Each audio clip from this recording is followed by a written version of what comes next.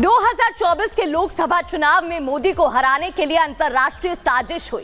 अमेरिकी राष्ट्रपति Donald Trump ने खुलासा किया कि चुनाव में नरेंद्र मोदी को हराने के लिए अमेरिका से भर भर कर पैसा भेजा गया। अब इस विस्फोटक खुलासे के बाद भारतीय जनता पार्टी कांग्रेस पर हमलावर है। दरअसल अमेरिका से फंडिंग हो रही थी, लेकिन कैसे फंडिंग हो रही थी और किसका हाथ है, अब आपको बताते हैं। एक तरफ यूएस एड की बात हो रही है, किस तरीके से 182 करोड़ का ये मामला बताया जा रहा है और यहां से ये पैसे भेजे जा रहे थे। ओपन सोसाइटी फाउंडेशन के नाम से ये पैसे आ रहे थे। अब इस फाउंडेशन के पीछे कौन लोग हैं और उनकी मंशा क्या थी? मोदी को हटाने के लिए ये फंडिंग का मामला बताया जा रहा है। पैसे दिए जा रहे थे जिससे कि सभी ताकतें मिलकर काम करें और मोदी को हटाया जा सके। आपको इस बीच बड़ी खबर बताते हैं। अमेरिका से भारत में फंडिंग मामले में जांच शुरू हो गई है। जैसे ये मामला सामने आया, जांच शुरू कर दी गई है। कई एजेंसियां संदिग्ध फंडिंग की जांच में जुट गई हैं। विदेश मंत्रालय ने फंडिंग की जांच की पुष्टि भी की है। तो अमेरिका से भारत में फंडिंग मामले में अब जांच शुरू हो गई है। डोनाल्ड ट्रंप की तरफ से इस बात का खुलासा किया गया था, बताया गया था कि इस पूरे मामले में एक फाउंडेशन है, एक कंपनी ऑर्गेनाइजेशन जुड़ी हुई है जिसकी तरफ से फंडिंग की जा रही है, पैसे दिए जा रहे थे जिससे कि मोदी को हटाया जा सके। जैसे ही इस बात का खुलासा होता है, बीजेपी लगातार कांग्रेस पर हमलावर है और अब इस मामले की जांच भी होगी, इसकी भी पुष्टि कर दी गई है। विदेश मंत्रालय ने फंडिंग की जांच की पुष्टि की है।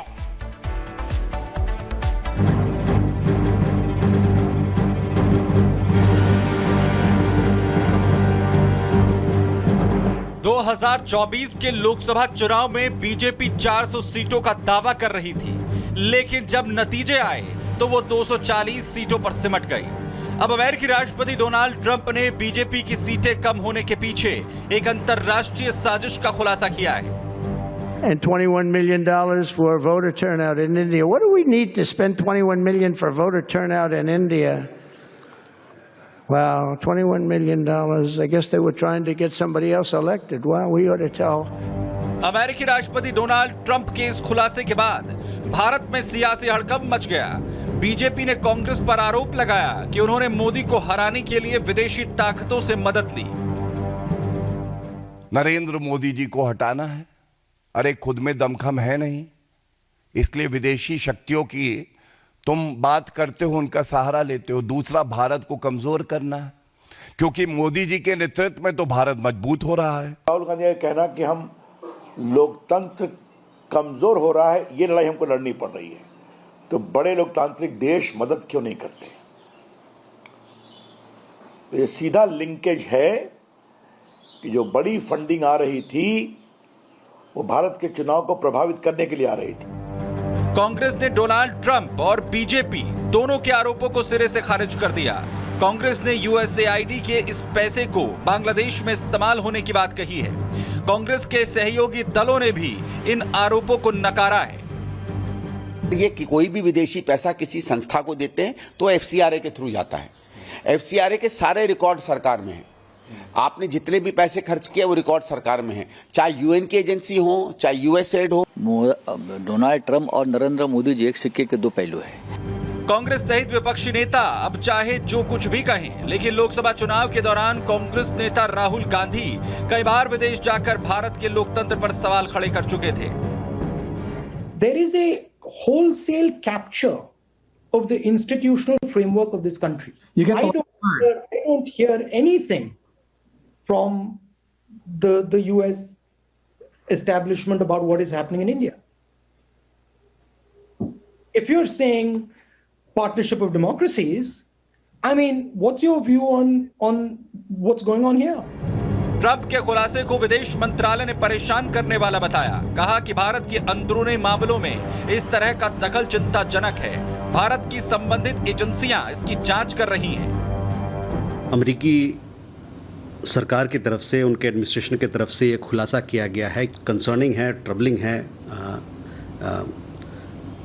और इसको लेके काफ़ी सारी चिंताएं हैं। फॉरेन इंटरफेरेंस को लेके भारत के अपने अंदरूनी मामले में हमारे यहाँ जो एजेंसीज़ हैं, डिपार्टमेंट्स हैं जो इस मामले में काम करते हैं, कार्यरत हैं, वो इस मुद्दे पर और छानबीन कर रहे हैं और काम कर रहे हैं। भारत के चुनाव में विदेशी हस्तक्षेप को लेकर जो खुलासे हुए हैं वो देश की एकता और अखंडता के लिए गंभीर खतरा है। अब सवाल ये कि क्या कांग्रेस ने विदेशी मदद के सहारे ही ज्यादा सीटें जीती?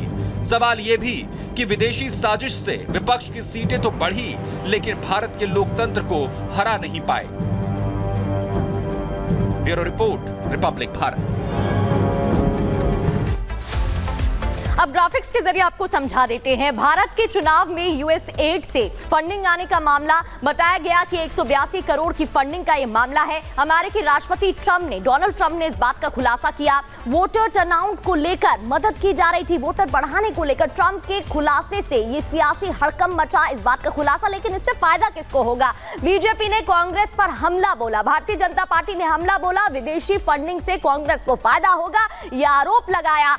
और इसके अलावा मोदी को हराने के लिए यूएस से मदद ली जा रही थी, इस फंडिंग का खुलासा होता है। ये पूरा मामला सामने आया। देश को कमजोर करने के लिए ये कोशिश की जा रही थी, सारी ताकतें मिलकर मोदी को हटाने की कोशिश कर रहे थे लेकिन हटा नहीं पाए। आगे बढ़ते हुए अब बात बीबीसी की, जहां जुर्माने की खबर सामने आई है। क्या है पूरा मामला, बताते हैं।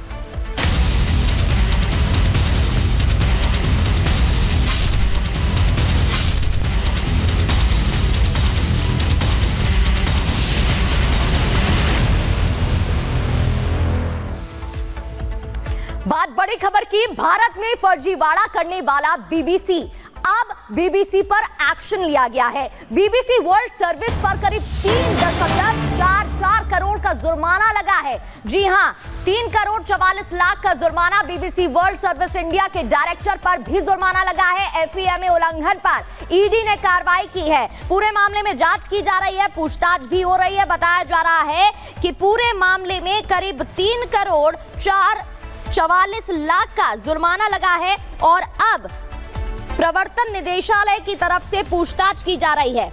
तो आपको जानकारी दे दें, एफडीआई वाली कंपनी ने अब पूछताछ कर ली है। कंपनी ने एफडीआई को 100% बनाए रखा और इसमें कहा जा रहा है, क्योंकि देखिए शुरुआत 4 अगस्त से हुई थी 2023 से, जहां पर शोकॉज नोटिस जारी हुआ था और उसके बाद से ही इस पूरे मामले में पूछताछ की जा रही थी। अब कार्रवाई तेज हो गई है। तो बीबीसी पर जुर्माना लगा है। पेनल्टी कितनी लगी है, मामला क्या है, आपको ग्राफिक्स के जरिए भी बता देते हैं। ईडी ने 3 करोड़ 44 लाख रुपए का जुर्माना लगा दिया है। इस पूरे मामले में जांच हो रही है। एफडीआई और फीमा नियमों के उल्लंघन का यह मामला बताया जा रहा है। 3 निदेशकों पर करीब 1 करोड़ रुपए का जुर्माना, जो डायरेक्टर्स हैं उन पर भी करीब 1 करोड़ रुपए का जुर्माना लगाया हुआ है और उल्लंघन पर जुर्माना लगाया है। जो नियम है उनका उल्लंघन किया गया है और इसी मामले में उन पर पेनल्टी लगाई गई है और पूछताछ भी की जा रही है। बीबीसी के जो डायरेक्टर्स हैं उनको आदेश दे दिया गया है, उनसे पूछताछ की जा रही है। बीबीसी वर्ल्ड सर्विस इंडिया पर यह जुर्माना लगा है।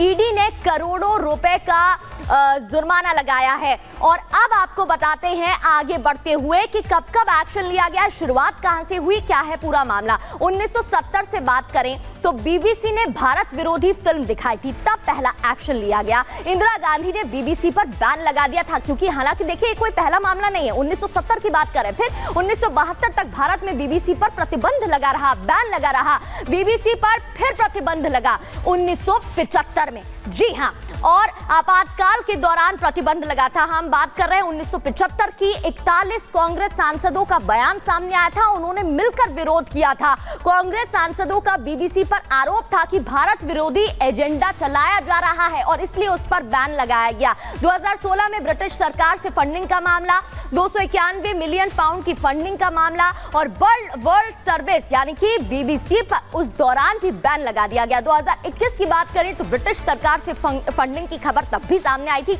देखिए कोई पहला मामला नहीं है, उस दौरान भी इसी तरीके से आरोप लगे थे। 2022 में भी ब्रिटिश सरकार से अनुदान मिला, इस तरीके के आरोप लगे थे।